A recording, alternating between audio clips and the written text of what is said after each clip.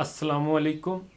میرے دوست توقیر بھملا صاحب قدیم عربی ادب سے خوبصورت حکایات کا براہ راست اردو ترجمہ کرتے ہیں۔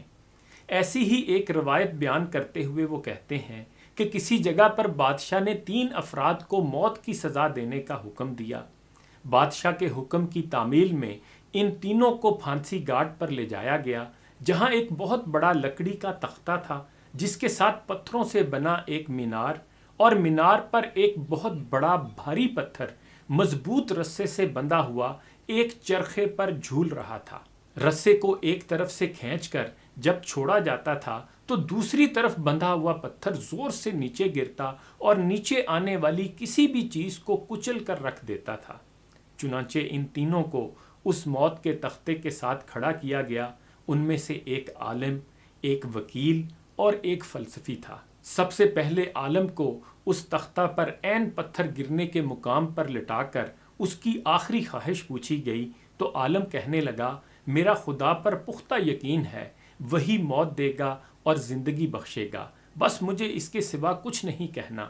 اس کے بعد رسے کو جیسے ہی کھولا تو پتھر پوری قوت سے نیچے آیا اور عالم کے سر کے اوپر آ کر رک گیا۔ یہ دیکھ کر سب حیران رہ گئے کہ عالم کے پختہ یقین کی وجہ سے اس کی جان بچ گئی اور رسہ واپس کھینچ لیا گیا۔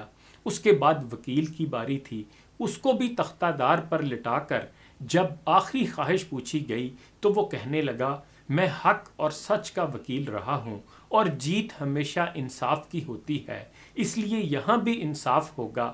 اس کے بعد رسے کو دوبارہ کھولا گیا، پتھر پھر پوری قوت سے نیچے آیا اور اس بار بھی وکیل کے سر پر پہنچ کر رک گیا۔ پھانسی دینے والے حیران رہ گئے اور وکیل کی جان بھی بچ گئی۔ اس کے بعد فلسفی کی باری تھی۔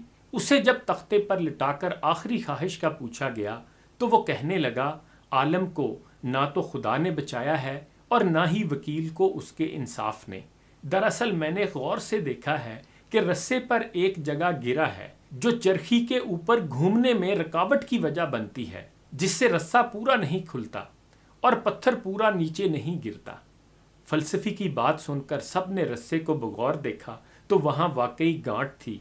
انہوں نے جب وہ گرا کھول کر رسہ آزاد کیا تو پتھر پوری قوت سے نیچے گرا اور فلسفی کا ذہین سر کچل کر رکھ دیا۔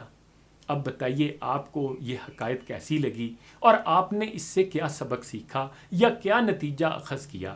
براہ کرم اپنا نقطہ نظر نیچے کمنٹ میں ضرور دیجیے گا۔